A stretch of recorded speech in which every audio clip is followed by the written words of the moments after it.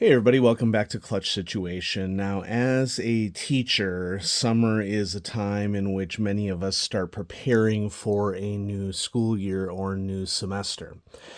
And I decided to do something a little bit different this school year in that I just like collecting notebooks. That isn't changing. This is true for a lot of people. And I do use my notebooks, but I also have more notebooks that I can use at present. But the tools that I select for the work that I do, my tastes in them change over time.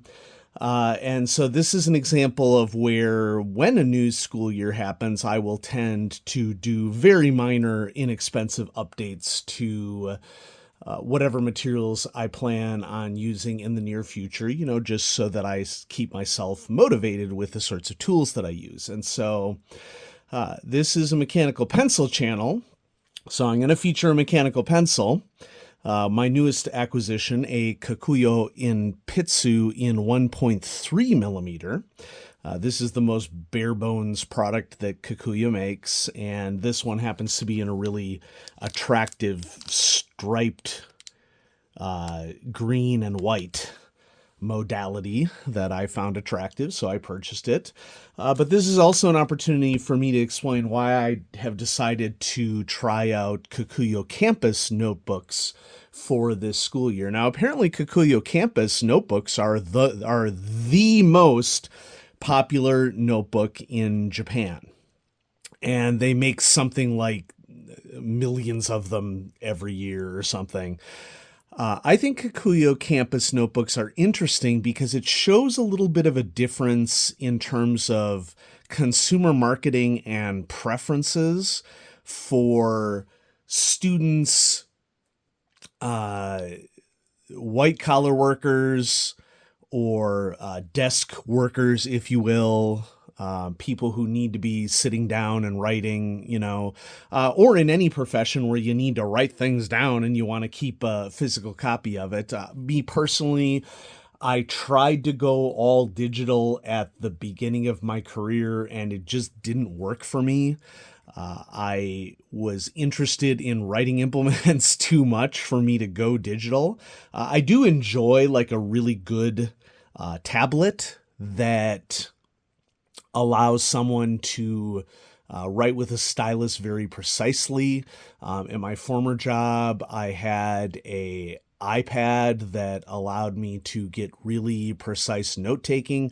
But even with that, it was no substitute for me like making daily lists handwritten, which is a big part of what I use notebooks for, or taking notes in meetings. I just don't feel comfortable having a device with me. I mean, my current work provides me with a laptop. I don't feel comfortable having that laptop out in meetings unless we're doing something digitally related because it's a respect issue for me. I'd rather pay the people that I'm speaking with the respect that they deserve by just having a notebook and a writing utensil out so that I can emphasize that I'm listening to them and not doing something different. They can know for sure that I'm engaged with them. So all of that aside, let's check out Kokuyo Campus notebooks. Now, I deliberately got cute, fun ones, okay, because you can buy Kokuyo Campus notebooks in standard color array patterns. You can buy stark black and white ones, but I wanted something that was a little bit more fun. And what I find particularly interesting about these Kokuyo Campus notebooks is that I think it reveals something interesting about consumer preferences, as I mentioned earlier. So let's just go ahead. I'm going to use the Blick Premier mechanical pencils that have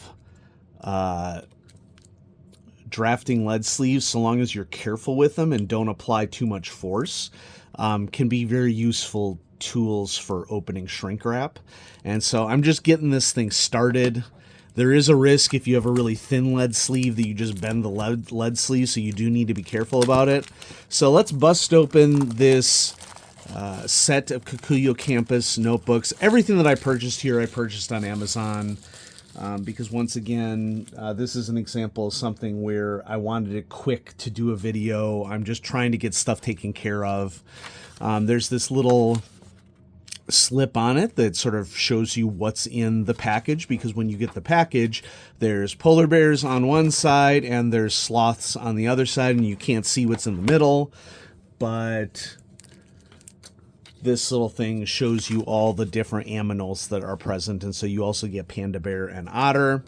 So you get polar bear, otter,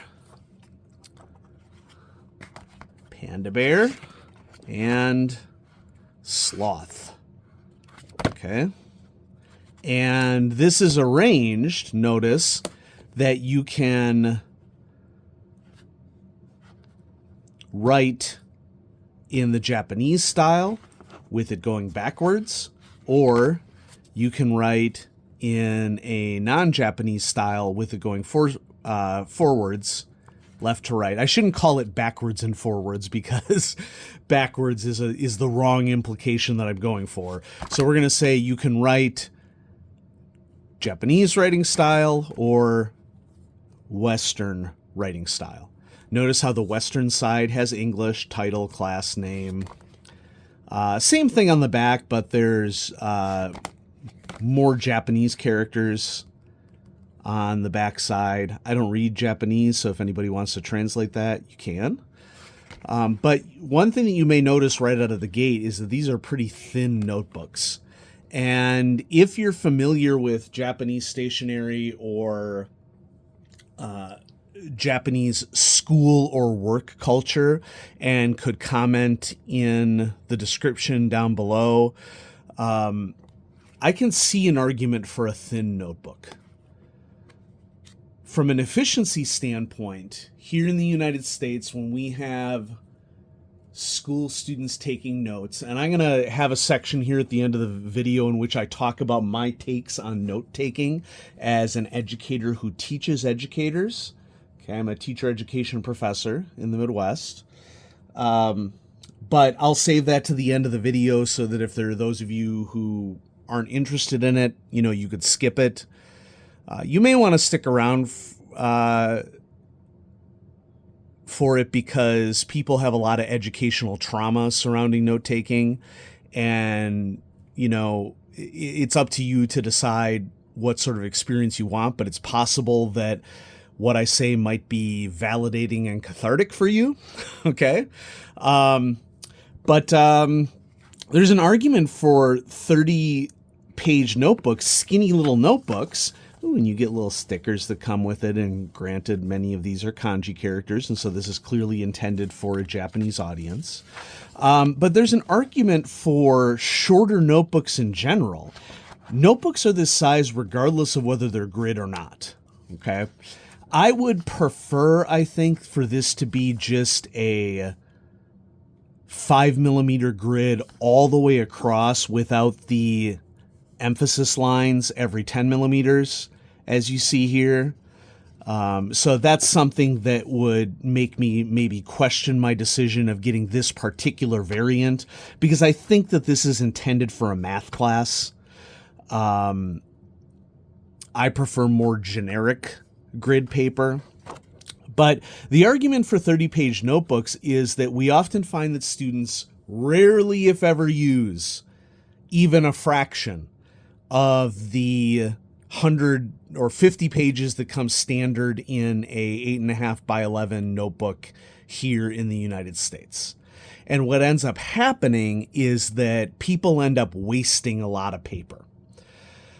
I think that it would make sense for U.S. industries to shoot for a smaller notebook size. Now, we have a problem, I think, in U.S. marketing in that the attitude tends to be more is more. If you get more, you're getting a better value. And like, I understand that, I get that. But from an efficiency of use standpoint, I agree with Japanese manufacturers that it's, and I don't know their intent, but it seems to me logical that going with a shorter notebook size does make sense. Now, we also have cutesy pictures on these. I would like to point out that these campus notebooks are the same size regardless of whether they're cutesy and maybe intended for younger school children versus older students, but they don't have, I mean, the standard campus notebook size is 30 pages, whether you get one that is more adult oriented or more kid oriented. So somebody along the line made a decision to make fewer pages within a notebook. Okay. And I agree with that decision because there's just a lot of waste that goes on with larger notebooks. You could get a second notebook. I don't want a second notebook. Okay, well, maybe we make both available and we manufacture less of, particular type. Now, anybody who's gone school supply shopping here in the United States knows that there is a lot of extreme standardization in products in the United States. Standard notebooks are 50 pages, college ruled or wide ruled, and then you can get big, thick notebooks that have divisions that are about this size, but you're still paying for a huge chunk of paper. So it's like you carry one giant 5-star around and it has 5 divisions in it for 5 classes, even though the standard in most schools is 6 classes. Just throwing that out there. Not so much for college. I mean, if you're taking more than 4 classes in college, we're worried about you. Okay, severely. So I like the overall design of these notebooks. Now, a couple other things to notice. These are perfect bound on the side, okay, which allows for very easy laying out of the notebook flat. That's nice, okay. And then feeling the texture of this paper, they claim that this paper is easier to erase than other paper, which, I mean, if this is true, I think, of all campus notebooks, that they've deliberately chosen a paper quality. And folks, let me tell you, the paper quality that I'm feeling here is way better than a standard paper quality that you would find in a notebook in the United States. It's smoother. And so, we'll do some eraser tests here in a second. I am going to use these notebooks for work, so I'm just going to do like a little spot test for them because I want to reserve them for my own, personal. But we're going to use the Enpitsu mechanical pencil here because I think that this is a good opportunity not only to feature a pencil in the video, but also to do an eraser test. And I mean, the Kokuyo Enpitsu is bare bones. Okay, it does have a retractable conical lead sleeve. 1.3 millimeter is pretty thick.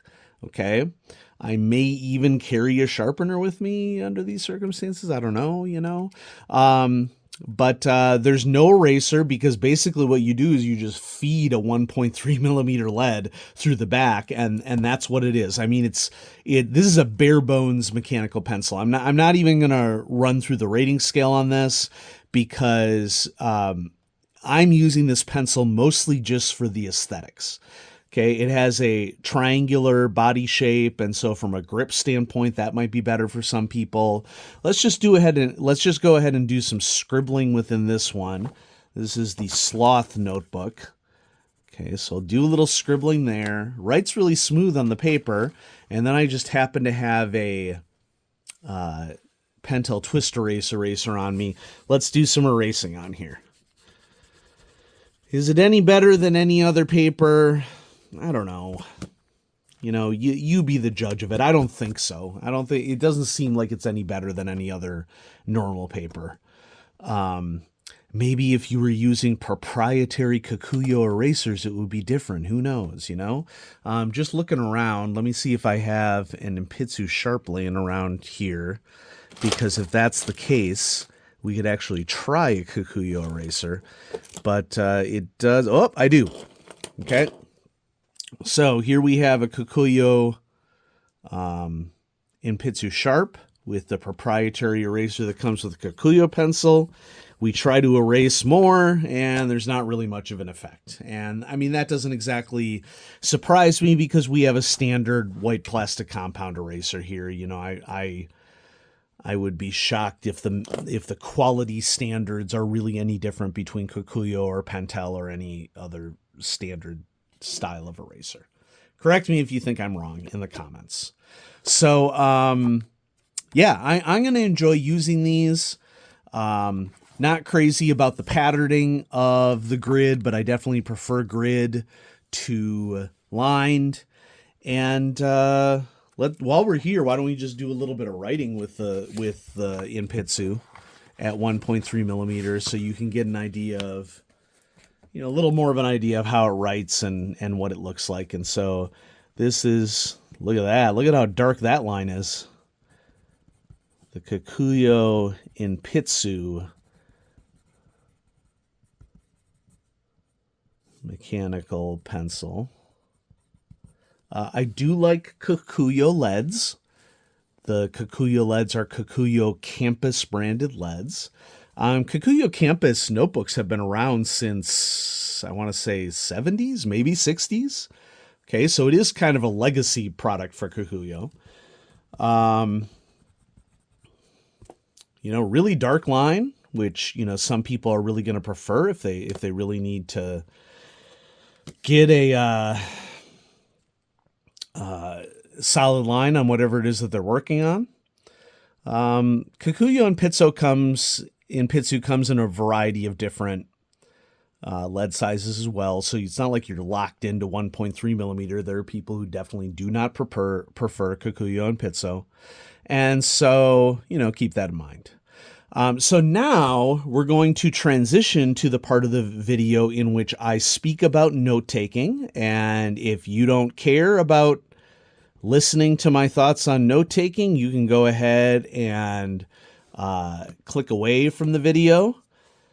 You're not obligated to watch if you don't like something, just throwing that out there. But I also think that this could be cathartic for some of you because there is a lot of damage that people have from note-taking issues in school. And so what's the purpose of note-taking? Well, note-taking can have many purposes to it. In school, when many students are trained to take notes, the idea behind it, or the pitch that many teachers give, is that when you write things down, you then have a record of what has transpired, and you can look back at said record and use that information to help you to, we're making leaps here and bounds, okay? Because cognitively, I do not disagree with this, but the argument is that, well, if you write it down, you can go refer back to it, and if you go refer back to it, you'll learn more. Okay, that is a grotesque oversimplification of different ways in which people learn things. Okay. In fact, I'd go so far in to say that that's a straw man that is just being perpetuated over time. Do some people learn things better by going back and reading notes? Sure, absolutely. I'm sure that there are some people in which that actually works for them. Based upon my experience, decades in education, I'm pretty sure that there are many students who convince themselves that it should work for them, whether it actually does or not. And this is where many students waste a lot of time studying notes, and their teachers basically turn them into time wasters. Okay. Now, to qualify my remarks, there can be benefits in taking notes other than just looking back at them. So for me personally, as a learner, I take copious notes and then I never look at them ever again. And you may be saying to yourself, well, that doesn't seem to make sense. Why are you taking notes if you're not looking back at them again? Now, caveat, Sometimes, on rare occasions, I do look back at notes. Like, one thing that I will do in my notes is I will go through and I will box out and star things so that I can find really critical things if I do need to go back. Like, looking at like things for me, like dates and times is like the big things, or critical tasks will be the big thing that I look back at my notes for, so that if I don't feel like I'm going to remember something, it's in there. But for me, just the process of writing things down helps me remember and understand things. And so in that regard, that's an argument for me taking notes. But I also just want to point out to everybody in the audience that every individual's brain works differently.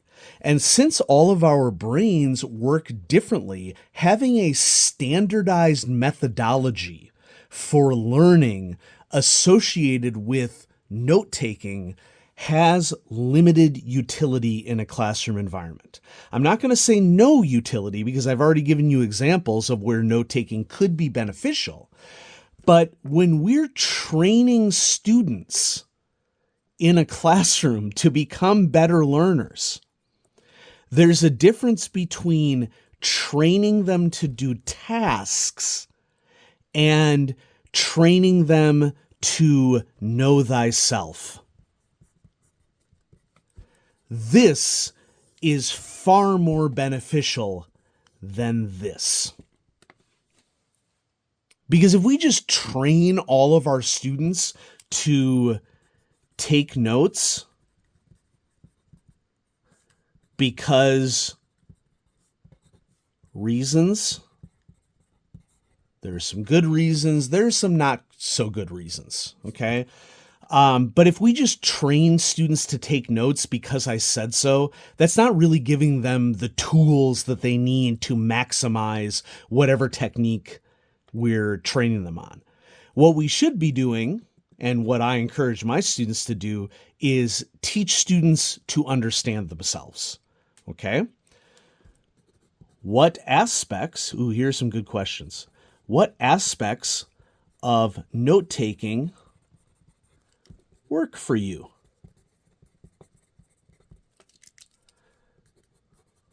What aspects don't work for you?